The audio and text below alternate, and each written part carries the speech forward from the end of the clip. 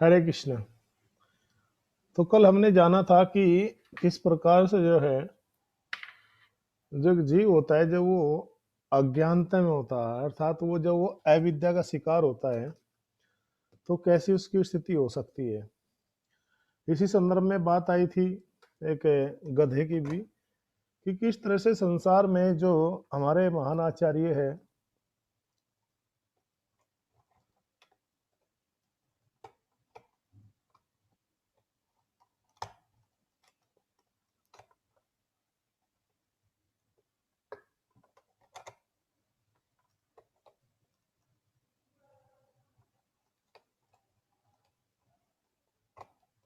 एक मिनट रुकना पड़ेगा।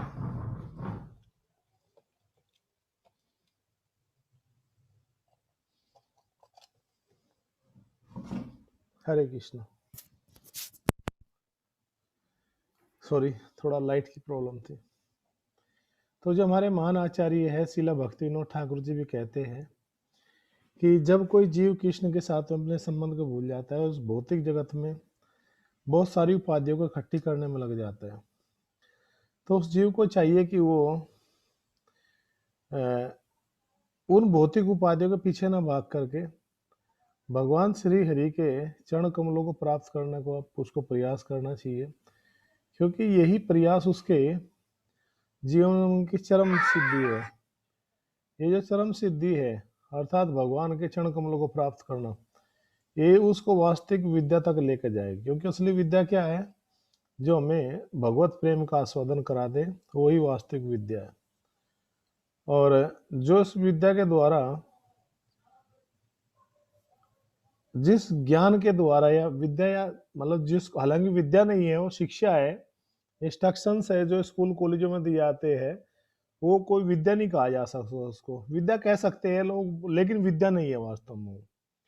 विद्या इसलिए नहीं है क्योंकि हमने कल कहा था, विद्या वही है जो हमें मुक्ति की ओर लेके जाए।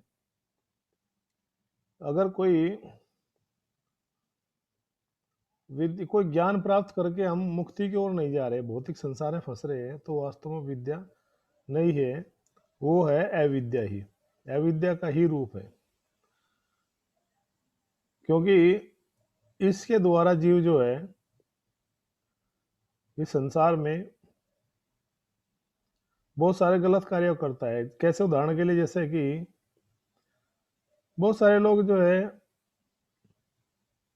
शपथ लेते हैं कि हम विधि को, नियमों का पालन करेंगे, लेकिन देखने में आता है कुछ समय बाद ही वो अपने सारे जो कार्यकलाप है, जो नैतिक कर्तव्य है, उनको बुला देते हैं, और उनको बुला करके बहुत सारे अनैतिक कार्यों में प्रवृत्त हो जाते हैं, ये जानते हैं भी कि ये गलत है।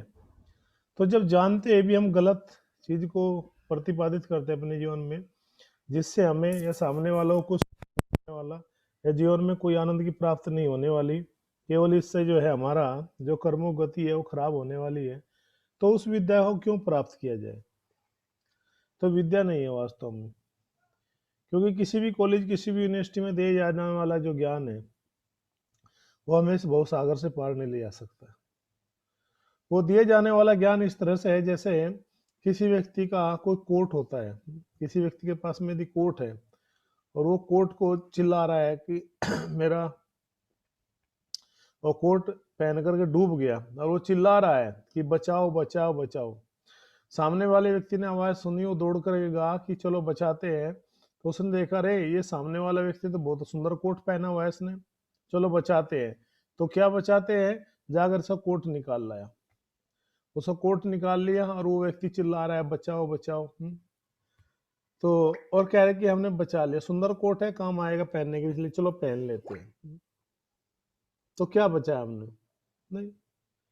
इसी तरह से भौतिक जो विद्या है, भौतिक जो एजुकेशन है, this physical education can provide us only coat pant and tie, how to maintain और सेल्फ, कैसे अपने आप को मेंटेन करके रखे, कैसे कोट पैंट और टाई की जो शिक्षा है, केवल ये देती है इस जगत में। आदमी डूब रहा है, उसको नहीं बचाया गया, उसका कोट निकाल कर लिया, कहले हमने बचा लिया। यही संसार में सब हो रहा है। ये बड़ा कटाक्ष काम का है, बड़ा गहरा है ये उन लोगों के लिए जो भौतिक विद्या को अधिक महत्व देते हैं भक्ति की अपेक्षा, आध्यात्मिक विद्या की अपेक्षा। क्योंकि आध्यात्मिक की, भगवान की जो देवी विद्या है, जो सा विद्या या मुक्ति है, वो विद्या, वो ज्ञान है जो हमें मुक्ति की ओर लेके जाता है, उसकी कभी भी वो समानता नहीं कर सकता, उसकी कभी भी वो बड़ाई भी नहीं कर सकता या बराबरी नहीं कर सकता। क्यों? जैसे श्रील प्रभुपाद जी एक बार अमेरिका में गए थे किसी यूनिवर्सिटी में, बहुत बड़ी यूनिवर्सिटी थी, तो उसने पूछा कि क्या आप बता सकते हो क्या यहाँ पर ऐसा भी कोई विभाग है आपके पास में, क्योंकि वहाँ सब लोग अपना अपना परिचय दे रहे थे। सब कह रहे थे कि I am from this department, I am HOD from physical science, I am HOD for English department, I am HOD for chemistry departments. There were so many departments, there were so many objects also, I mean parts of their institution, of that institution. So Prabhupada asked them, have you any department in which can you observe this soul, this spirit soul?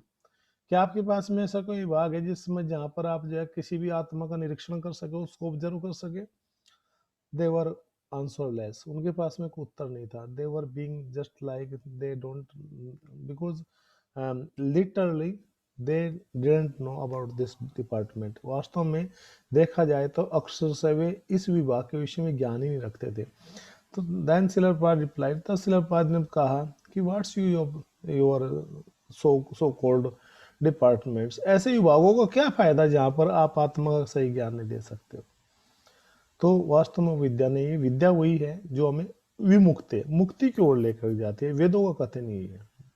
तो किसी भी college, किसी university में दिया जाने वाला ज्ञान coat pant tie तो सिखा सकता है आपको, लेकिन भक्ति करके भगवत धाम जाने की ओर ना बाबा ना, ऐसा कभी ना हो, ऐसा कभी हो ही नहीं सकता। क्यों? जब उन्होंने खुद ही सीखा है। कितने इंजीनियर डॉक्टर्स है, बड़ी बड़ी डिग्री लेने के बाद में क्या करते हैं इंजीनियर?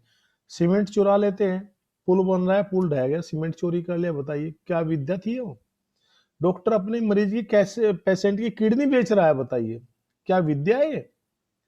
कितना कितना अजीब विषय है कि डॉक्टर, कोई मरीज आया उसके पास में, उसका आश्रय लिया उसने, शेल्टर ली, उसकी किडनी निकाल के बेच दी। बताइए क्या विद्या है ये अविद्या का भी बड़ा ज्ञान भयानक रूप है, निकृष्टतम स्थिति है। बताइए अभी कोरोना में जो है जानबूझा किसी को पेशेंट करते, महाराष्ट्र की घटना हुई थी ना, 3-4 मरीजों को पेशेंट को कहा कि तो कोरोना इनको एडमिट करना पड़ेगा, और बोले कि उनकी तबीयत खराब है, उनको चीर दिया। और बाद में जब उनको डेड बॉडी को परिजनों को दिखाने दे रहे थे, किसी ने हंगामा किया, जब देखा उसकी तो बॉडी के अंदर पार्ट्स ही थे। अभी तो पुरानी घटना नहीं है, मैं कोई डोंट माइंड, हम किसके ऊपर कटाक्ष नहीं कर रहे, लेकिन हम विद्या है, विद्या का अंतर बता रहे। कितने पॉलिटिशियन है, कितना गंदा गंदा काम करते, कितने क्या क्या कौन सा गलत काम नहीं करते, कितने पॉलिटिशियन है। सबसे ज्यादा खतरनाक तो जो है, एक बार किसी ने, जब हम कॉलेज में पढ़ते थे 98 की बात है, तो उस समय किसी एक संत बड़े फेमस थे उस समय, मुनि है, जैन मुनि है, तरणु सागर मुनि। हाँ, तो उन्होंने एक बहुत सुंदर बात कही थी, हंसी की बात है, हमें भी हंसी आती थी उस समय, आपको भी अच्छा लगेगा। उन्होंने कहा था कि ये जो प्रवचन है ना, ये जो है साधारण जनता के बजाय जो है लोकसभा विधानसभा में करो जा करके। क्यों?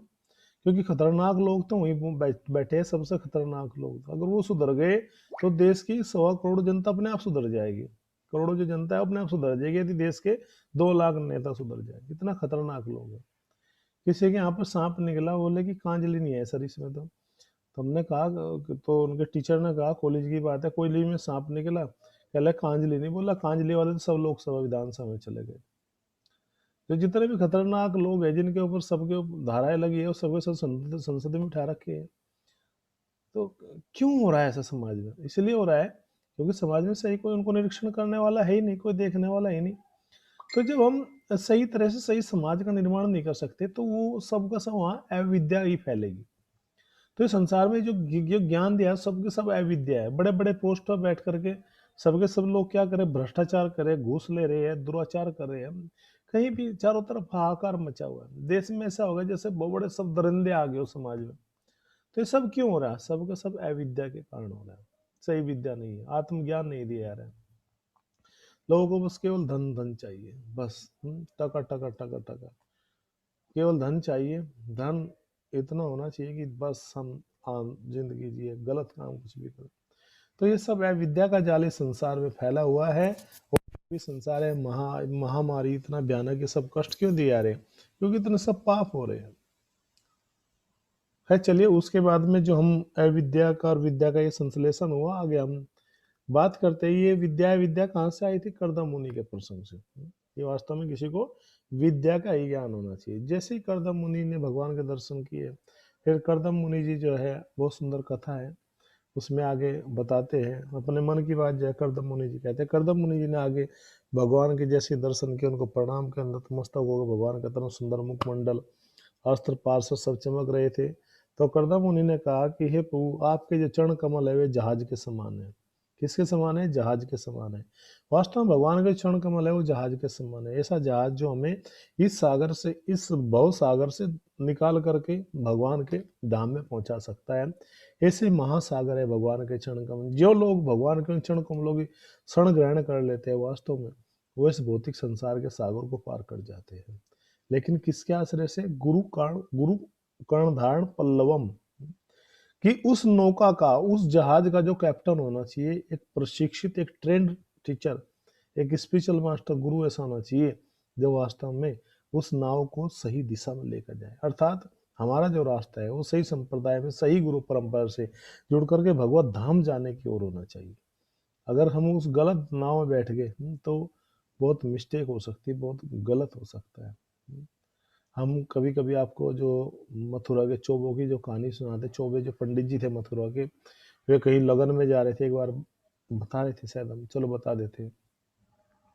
तो उनके यहाँ लगन था, मथुरा में चोबे जी रहते हैं, पंडित जी है चोबे जी, सुना होगा आपने चोबे। तो उनके यहाँ लगन था और उनको विश्राम घाट मथुरा से दूसरी ओर जाना था, गोकुल की ओर, किसी गांव में लगन लेकर के।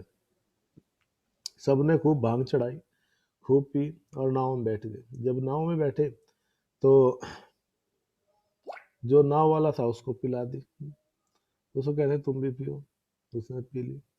सब बैठ गए, शाम को सुबह तक लगन में पहुंचना था, सब मस्त है पी करके।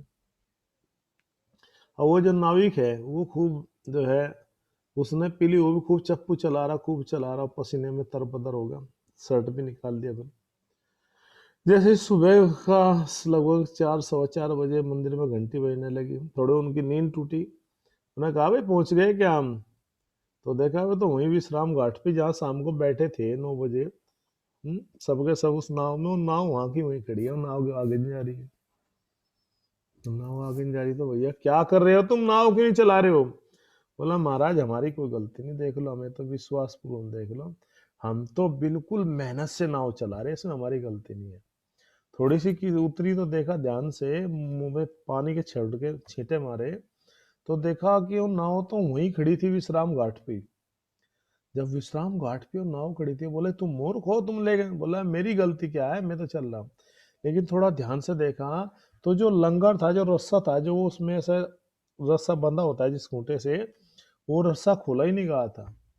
और वो रस्सा वहीं बंधे होने से वो नाव वही थी, और नाव में ही चप्पू चल रहा और वो हिल रही है। इसी तरह से यदि हम अपनी संसार रूपी जो ये सब आसक्ति है इनको नहीं काटेंगे, भवबंधन, ये सब आसक्ति नहीं कटेगी हमारी भगवत भक्ति के द्वारा, शुद्ध भक्ति के द्वारा, ये भौतिक आसक्ति जब तक नहीं कटेगी तब तक ये नाव इस संसार में पड़ी रहेगी। इसलिए हमें एक ऐसे जो है मजबूत और जो है मल्लाहार था ऐसा योग्य कर्णधारण गुरु की आवश्यकता है, जो हमें वास्तव में भगवत भक्ति या भगवत धाम की ओर लेकर के जा सके। ऐसे गुरु की हमें क्या करना चाहिए? बिल्कुल उत्सुकता पूर्वक जो है क्या करनी चाहिए? तलाश करनी चाहिए और उनको अपने जीवन की बागडोर सौंप देनी चाहिए। जब हम गुरु को अपने जीवन की बागडोर सौंप देंगे तब निश्चित रूप से जो है हमारी नाव एक सही दिशा में जाएगी। तो सही दिशा में ले जाने का सर्वोपरि जो साधन है वही है कि हम गुरु आचार्यों के चरणों का आश्रय लेकर के उस नाव में क्या हो जाए, सवार हो जाए भगवत धाम जाने के लिए। तो यहाँ पे इस प्रकार से ये जो जहाज की जो कल्पना की है, जो जहाज के विषय में बता रहे कि आपके चरण कमला जहाज है। हे प्रभु, कौन कह रहे? कर्दम मुनि जी कह रहे। किससे कह रहे? भगवान श्री विष्णु से जब आए थे दर्शन करने, उनकी इतनी महान तपस्या को देख करके और इतना भाव विभोर हो गए उस तपस्या को देख करके भगवान हरि, कि जो है उनके आंसू गिर गए, आंसू आ गए उनकी आंखों में, और वो आंसू उस सरोवर में टप टप गिरने लगे। तो वो सरोवर भी बिंदु सरोवर कहलाई, बताया था हमने। तो इस प्रकार से कह रहे हैं कि हे प्रभु, इन संसार में जिनकी बुद्धि भौतिक माया से है मारी गई है, वे ही लोग इस संसार में भौतिक छोटे अक्षणिक सुख के लिए आपके पास आते हैं। जिनकी बुद्धि हर ली जाती है, ऐसे लोग ही भौतिक संसार में भौतिक भोगों की इच्छा करते हैं आपसे। बुद्धिमान कोई व्यक्ति आपसे भौतिक भोगों की इच्छा नहीं करेगा, वास्तव में आपके चरण कमलों का आश्रय लेना चाहेगा। लेकिन संसार में ऐसे भी बहुत सारे लोग हैं प्रभु, जिनकी बुद्धि भौतिक इच्छाओं के द्वारा मारी गई है। ज्ञान अपहृत माया हम, जिनका ज्ञान माया के द्वारा हर लिया गया है, ऐसे लोग जो है वे भौतिक भोगों की इच्छा कर सकते हैं, भगवान से भी इच्छा कर सकते हैं, प्रभु हमें दीजिए, धन दीजिए, धन बल चल ये सब चीज चाहिए। किंतु हे स्वामी, आप तो किसी को भी कोई भी विषय प्रदान कर सकते हैं, आप इतने सक्षम हो, कोई व्यक्ति की जो भी इच्छा होगी उस करो। और जब कोई आपसे मांगता है, जब कोई आपसे मांगने की इच्छा करता है ना प्रभु, तो आपके उसके हित की बात करते हैं हमेशा। भगवान का सबसे अच्छी बात यह है कि भगवान से कोई वरदान मांगता है ना, तो भगवान सबसे पहले जज करके देखते हैं कि ये व्यक्ति सही मांग रहा है, गलत मांग रहा है, योग्य है योग्य है। पहले भगवान जज करके फिर उसको वही चीज देते हैं। ऐसे नहीं देवताओं के जैसे, देवताओं से कोई कुछ भी मांग ले, देवता जट लाएगा ट्रेडर, एक व्यापारी जैसे है देवता लोग। व्यापारी क्या है, व्यापारी को धन चाहिए। आप उससे जो है क्या, एक व्यापारी से आप जो है ऑरेंज खरीद लो, संतरा खरीद लो, कुछ भी खरीद लो अच्छी चीजें। उसी व्यापारी से आप चाहे पॉइजन खरीद लो, जहर खरीद लो, उसे क्या मतलब, उसे तो पैसा चाहिए। लेकिन भगवान एक पिता है, तो पिता कभी भी अपने पुत्र के अहित की वस्तु नहीं देगा उसको, हमेशा उसको हित की वस्तु देगा। जिस वस्तु में उस बालक का, उसके पुत्र का हित है, वही वस्तु जो है भगवान अपने पुत्र को प्रदान करेंगे। नहीं तो कभी भी वो वस्तु भगवान प्रदान ही नहीं करेंगे जिस वस्तु को पा करके उसके पुत्र का अहित हो, दुख हो, कष्ट हो। ऐसे पुत्र को, ऐसी वस्तु भगवान कभी भी नहीं अपने पुत्र को देते, अपनी संतान को देते, बल्कि उसको सुंदर और योग्य वस्तु ही प्रदान करते हैं। तो इस प्रकार जिनकी बुद्धि हर ली गई है, और हे प्रभु फिर भी आप हित की, जब कोई आपसे मांगता है तो आप उसके हित के लिए करते हैं, क्योंकि आप एक कल्प वृक्ष के समान हो। किसके समान है? कल्प वृक्ष के। एक डिजायर ट्री है, जो भी इच्छा रखता है कोई, वही वरदान आप उसको प्रदान कर देते हैं।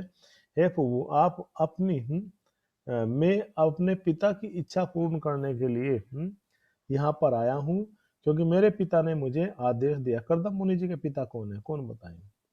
करदम मुनि जी के पिता कौन है जो बताएंगे? जिन्होंने उनको आदेश दिया था पहले आकर के, 4 दिन पहले मैंने सुना था, उन्होंने कहा था कि तुम विवाह करो, मैं चाहता हूँ कि तुम संसार गृहस्थ आश्रम में प्रवेश करो। और वे आए थे। तो उनके पिता कौन है करदम मुनि जी के? तो उन करदम मुनि जी, सॉरी ब्रह्मा जी, ब्रह्मा जी है। मनु महाराज जी तो जो है बिल्कुल, मनु महाराज जी जो है वो मानव जाति के पिता हैं। तो करदम मुनि जी हरे कृष्ण। तो ब्रह्मा जी है। तो ब्रह्मा जी ने कहा था, तो ब्रह्मा जी की इच्छा पूरी करने के लिए कौन? करदम मुनि जी कह रहे हैं कि मैं उनकी इच्छा पूरी करना चाहता हूँ से, भगवान विष्णु से, प्रभु आप मुझे एक सुंदर योग्य पत्नी की मैं चाहता हूँ। मतलब यहाँ पर ऐसे देखने को मिला है कि करदम मुनि जैसे महान तपस्वी भी पत्नी की इच्छा कर रहे हैं। आगे पता लगेगा कि क्यों कर रहे हो। वो कोई सांसारिक पुरुष के जैसे नहीं है, उनको मान सकते कि सांसारिक व्यक्ति मांगता है मुझे शादी करनी है, मुझे शादी चाहिए, मैं ये करूँ, नहीं। वो ब्रह्मा जी की इच्छा के लिए कह रहे हैं। जब सही पता लगेगा, जब वे कहेंगे बाद में कि मैं विवाह जरूर करूंगा, लेकिन संतान उत्पन्न करते, संतान होते ही मैं पत्नी को छोड़ करके जंगलों में जाकर भजन करूंगा। बताइए कितना बड़ा त्याग है, कितना बड़ा राग है। क्यों? क्योंकि करदम मुनि जी ने खुद स्वीकार किया कि जो मेरे जीवन का जो लक्ष्य है, वो घर संतान पत्नी नहीं है, पत्नी या बच्चे नहीं है, बल्कि मेरे जीवन का लक्ष्य भगवान हरि को प्रसन्न करना है। ऐसे महान आदर्श ग्रस्त है करदम मुनि जी। शिक्षा लेनी चाहिए संसार के सब ग्रस्तों को उनसे, कि जिनके जीवन का लक्ष्य क्या है, भगवान श्री हरि। आगे आएगा वर्णन। क्योंकि आपकी उपासना से ही है सब लोग प्रसन्न होने वाले हैं, और हमें इसी के अनुरूप जो है पत्नी दो, जो आके हम गृहस्थ आश्रम में रह करके आपका भजन कर सके। तब भगवान ने कहा, हे मुनि, मैंने तुम्हारे योग्य जो पत्नी है, जो कन्या है, उसकी मैंने व्यवस्था कर दी है। और 2 दिन के पश्चात यानी कि परसों ही यहाँ पर मनु महाराज जी आएंगे। कौन आएंगे? शंभु मनु जी आएंगे अपनी पत्नी शत्रुपा के साथ में और बेटी देवहूति के साथ में। इनकी बेटी देवहूति है और उसको लेकर के आपके पास आएंगे और आपके के हिसाब से जो है योग्य पत्नी है आपकी। और जब वे आप आएंगे तो वे आपकी पत्नी बनेगी और मैं चाहता हूं कि आप उनको पत्नी के रूप में स्वीकार कीजिएगा। आप उनको अपनी पत्नी के रूप में स्वीकार कीजिएगा। किसको? देवहूति को, क्योंकि वो बहुत ही योग्य है। क्योंकि आपकी 9 पुत्री होगी और जिनका विवाह जो है प्रजापतियों से होगा। 9 पुत्री होगी आपकी और आपकी पत्नी देवहूति से जो है 9 कन्याएं होगी, जिन कन्याओं का विवाह प्रजापतियों से होगा। और वे सब के सब आगे संसार में एक मतलब संसार वृद्धि का एक कारण बनेगी और मेरी भक्ति में जो है इस प्रकार से आप सब लोग लगे रहेंगे। ये भगवान ने वरदान दिया। और आगे भगवान ने कहा कि और इससे अच्छी बात यह है कि मैं स्वयं आपका पुत्र बन के आना चाहूंगा। भगवान ने स्वयं इच्छा अपने मन की कही कि मैं, हे कर्दम मुनि जी, आपका पुत्र बन के आना चाहूंगा। मेरी खुद इच्छा रहेगी कि मैं स्वयं आपका पुत्र बन के आना चाहूंगा संसार में। और जो है तथा सांख्य योग दर्शन की मैं रचना करूँ उस जगत में आकर। सांख्य योग जो दिया तो भगवान जो है कर्दम मुनि और देवहूति के जो पुत्र बनेंगे तो किस नाम से जाने जाएंगे? भगवान जो पुत्र बनेंगे कर्दम मुनि देवहूति के तो किस नाम से जाने जाएंगे? कौन बताएगा? तो मैं आपका जो है पुत्र बन के आना चाहूंगा, सांख्य योग दर्शन की रचना करूंगा। भगवान ने स्वयं ही ये स्वीकार किया। कर्दम मुनि जी ने प्रार्थना नहीं की। देखो कितने कमाल की बात है। कर्दम मुनि जी, यस यस, बिल्कुल सही कहा आपने, बिल्कुल उर्मिला माता जी ने बिल्कुल सही कहा। और कौन बताएगा कि भगवान जो है मतलब क्या नाम होगा जब भगवान पुत्र बन के आएंगे कर्दम मुनि देवहूति के? और यहाँ पर कोई प्रार्थना नहीं की। यस, बिल्कुल सही बात है। कपिल देव, कपिल मुनि बने, कपिल जो है के नाम से जाने जाएंगे और वे सांख्य योग दर्शन का जो है प्रतिपादन करेंगे यहाँ करके। यहाँ पर प्रार्थना नहीं की गई, स्वयं भगवान कह रहे। बताइए, जैसे कि जो है दिति ने, कश्यप मुनि जी ने प्रार्थना की भगवान से, वसुदेव जी देवकी ने प्रार्थना की भगवान से। और इस संसार में जो है आपकी जानकारी के लिए उनके अलग अलग जो है मतलब जो महान महान भक्त हुए उन सब ने भी जो है भगवान से प्रार्थना की। लेकिन यहाँ पर प्रार्थना नहीं की, यहाँ भगवान स्वयं इच्छुक है। भगवान के हृदय में स्वयं उत्कंठा है कि मैं आपका पुत्र बन के आना चाहता हूँ। आप विवाह स्वीकार कीजिए, गृहस्थ आश्रम में जाइए। आपके जैसे लोगों के लिए कोई प्रॉब्लम नहीं। प्रॉब्लम गृहस्थ आश्रम में उन लोगों से ही है जिनकी कोई प्रॉपर ट्रेनिंग नहीं है, जो व्यक्त नहीं है। हमने बताया था ना कि जो लोग इन अष्टांग योग में बताया था, जैसे अष्टांग योग में निपुण थी कौन? देवहूति उस निपुण थी। तो आगे हमने बताया था कि पहले ही थोड़ा भूला मत करोगे, याद रखना चाहिए आप लोगों को, समझदार आप सब लोग, कि जो लोग जितेंद्रिय होते, जो लोग अपने इंद्रियों को जीत लेते थे, वही लोग जो है गृहस्थ आश्रम में प्रवेश करते थे। अगर नहीं कोई जीत पाते तो ब्रह्मचर्य आश्रम में रहते थे।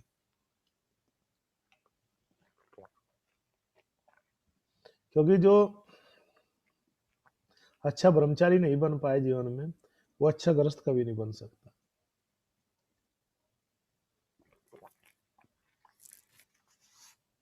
क्योंकि उसके द्वारा किए गए कार्यकलाप केवल शारीरिक और बिल्कुल तामसिक स्तर पर ही होंगे।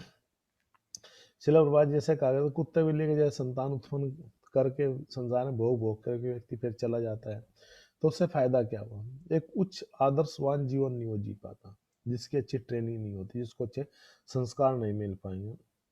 और गसराम जो है भगवान को भी लोभ आ गया, ऐसे महान भक्त है गृहस्थ आश्रम को देखने के लिए। संपूर्ण भागवतम में एक ऐसा पहले यही उदाहरण है, नोट करने की बात है। पूरे भागवत में केवल एक ऐसा उदाहरण यही मिलता है कि जिसमें स्वयं भगवान ने जो है क्या किया है, स्वीकार किया है कि मैं आपका पुत्र बन के आना चाहूंगा।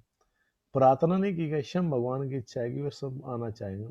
कश्यप मुनि, दीति ने जो है, कर्दम मुनि जी ने भी जो है इसी तरह से कोई प्रार्थना नहीं की। लेकिन भगवान कह रहे कि आपके वीर्य की शक्ति के द्वारा मैं अवतरित होऊंगा। जिस तरह से अत्रि अनुसुईया ने प्रार्थना की, देवहूति ने, सॉरी, अत्रि अनुसुईया ने प्रार्थना की, देव के वसुदेव ने प्रार्थना की और दीति कश्यप मुनि प्रार्थना, लेकिन यहाँ पर कर्दम मुनि ने प्रार्थना की। लेकिन भगवान खुद आना चाहते। तीसरे दिन स्वयं फिर इस बात को जान करके कि मनु महाराज अपनी पुत्र देवहूति को लेकर के करदम मुनि जी के आश्रम में आता। आश्रम की सुंदर बड़ी मनोहर थी, बहुत सुंदर सुंदर फूल खिल रहे थे, गोरैया चहक रही थी, सुंदर सुंदर मोर इस आश्रम में जो है घूम रहे थे सरस्वती नदी के तट पर।